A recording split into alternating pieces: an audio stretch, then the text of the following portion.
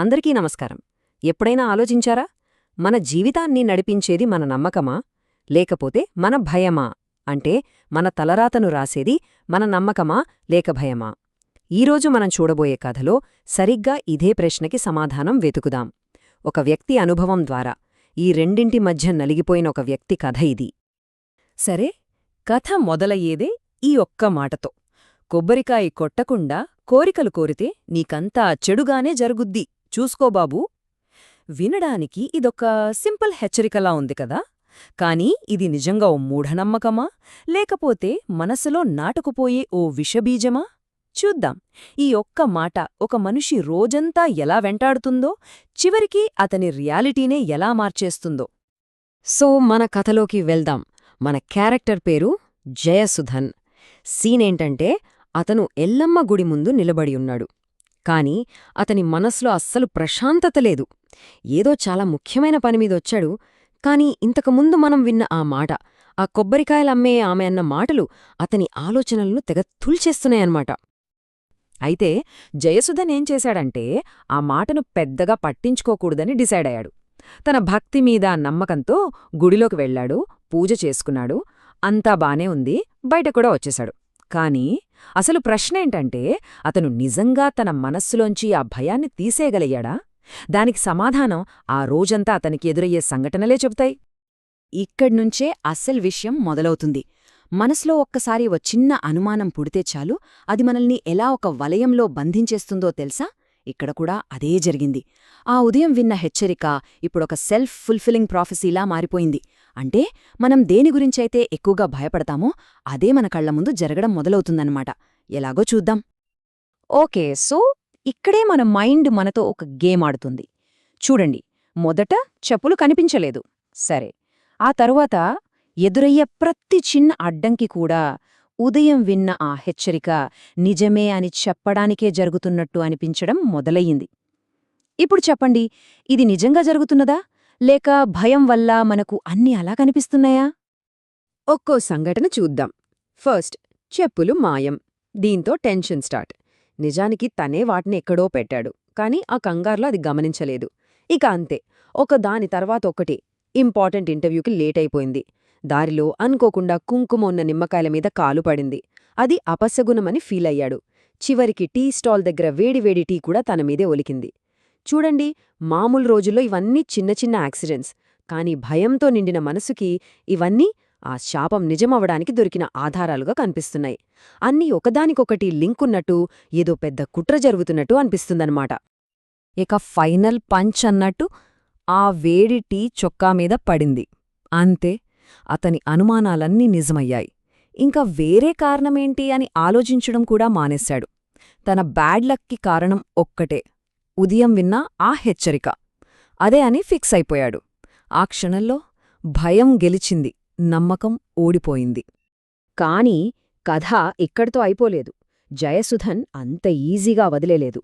తనను ఓడించింది బయట జరిగిన సంఘటనలా, లేక తన లోపలున్న భయమా? ఈ విషయం తేల్చుకోవాలి అనుకున్నాడు. అందుకే నెక్స్ట్ డే ఈసారి కథను మార్చాలనే పట్టుదలతో మళ్లీ అదే గుడికి బయల్దేరాడు. ఈసారి సీన్ మారింది. అతను మళ్లీ అదే గుడికి వచ్చాడు. కాని ఈసారి లోపలికి వెళ్లకముందే ఫస్ట్ చేసిన పని ఏంటో తెలుసా? కొబ్బరికాయ కొనడం. ఇది జస్ట్ ఒక పూజ కోసం కాదు, తన భయాన్ని ఫేస్ చేయడానికి అతను తీసుకున్న స్టెప్ అన్నమాట. నిన్నటిలా జరగకూడదు, ఈ రోజుని ఒక కొత్త యాంగిల్లో ఎదుర్కోవాలి అని డిసైడ్ అయ్యాడు. గుడిలోంచి బయటకొచ్చేటప్పటికి అతను పూర్తిగా మారిపోయాడు. నిన్నటి ఆ భయం, ఆ టెన్షన్ ప్లేస్లో ఈరోజు అతనిలో ఫుల్ కాన్ఫిడెన్స్ ఉంది, ప్రశాంతంగా ఉన్నాడు. అంటే పూజ ముగించుకుని బయటకొచ్చిన ఈ జయసుధన్ వేరు, నిన్నటి జయసుధన్ వేరు. మైండ్ సెట్ మారితే మనిషి ఎంతలా మారిపోతాడో అనడానికి ఇదే కదా ఎగ్జాంపుల్.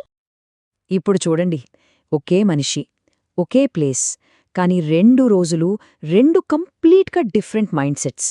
అసలు మన లైఫ్లో జరిగే వాటిని కంట్రోల్ చేసేదేది? మనం చేసే పనులా, లేక మన ఆలోచనా విధానమా?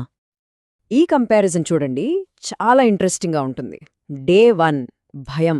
మైండ్ సెట్ ఏమో టెన్స్డ్గా, నర్వస్గా ఉంది. అందుకే కంగారు పడిపోయి వెర్రిగా వెతికాడు. చివరికేమనిపించింది? అవును, ఇదంతా శాపం వల్లే అని ఫిక్స్ అయ్యాడు. ఇక డే 2 నమ్మకం. ఇప్పుడు మైండ్ సెట్ కాన్ఫిడెంట్గా కామ్గా ఉంది. అందుకే గంటసేపు చాలా పద్ధతిగా వెతికాడు. ప్రాబ్లం ఒక్కటే, 2 రోజులు చెప్పులు పోయాయి. కాని దాన్ని ఫేస్ చేసిన విధానం కంప్లీట్గా వేరు. దీన్ని బట్టి ఏమర్థమవుతోంది? మనసులో ఉన్న ఫీలింగే మన యాక్షన్ను కంట్రోల్ చేస్తుంది, అంతేకదా? సరే, అంతా బాగుంది. ఇంత కాన్ఫిడెంట్గా పాజిటివ్గా ఉన్న జయసుధన్కి మంచి జరిగిందా? అతని నమ్మకం గెలిచిందా? చెప్పులు దొరికాయా? ఇక్కడే కథలో ఒక పెద్ద ట్విస్ట్ ఉంది. అది మనందర్నీ ఆలోచింపజేస్తుంది. నిన్నటిలా కంగారు పడలేదు. ఈసారి గంటసేపు చాలా ఓపికగా వెతికాడు. ప్రతి చోటా చూశాడు. అతన్లో చెప్పులు దొరుకుతాయనే నమ్మకం చాలా బలంగా ఉంది. అందుకే మధ్యలో డిసప్పాయింట్ అవ్వలేదు, వెతుకుతూనే ఉన్నాడు. కాని గంటసేపు వెతికిన తర్వాత కూడా చెప్పులు దొరకలేదు.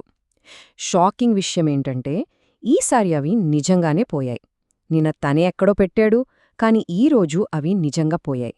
అంటే నిన్నటికన్నా దారుణమైన రిజల్ట్. మరిప్పుడు అతని నమ్మకానికి అర్థమేంటి?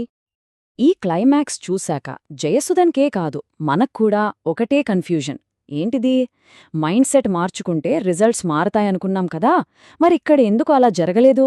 అసలు నమ్మకానికి రియాలిటీకి మధ్య ఉన్న కనెక్షన్ ఏంటి? ఏమైనా ఉందా? బహుశా ఈ కథ మనకు చెప్పాలనుకుంటున్న మెయిన్ పాయింట్ ఇదేనేమో. దైవం మనకు నమ్మకాన్నివ్వాలి, భయాన్ని కాదు. అంటే రిజల్ట్ మన చేతిలో ఉండకపోవచ్చు, కానీ ఆ రిజల్ట్ని మనం ఎలా ఫేస్ చేస్తామన్నది మాత్రం ఖచ్చితంగా మన చేతిలోనే ఉంటుంది. భయంతో బ్రతకడం కన్నా నమ్మకంతో బ్రతకడమే గొప్ప విషయమని ఈ కథ మనకు చెబుతున్నట్టుంది. ఫైనల్గా ఈ కథ మన ముందు ఒక పెద్ద ప్రశ్ననుంచుతుంది.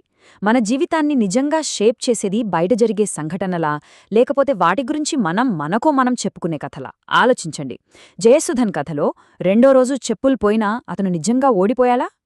లేదు. ఎందుకంటే అతను తన భయాన్ని గెలిచాడు. సో మన లైఫ్లో కూడా డెస్టినేషన్ కన్నా ఆ జర్నీలో మనల్ని నడిపించేది మన నమ్మకమేనా? ఒకసారి ఆలోచించండి.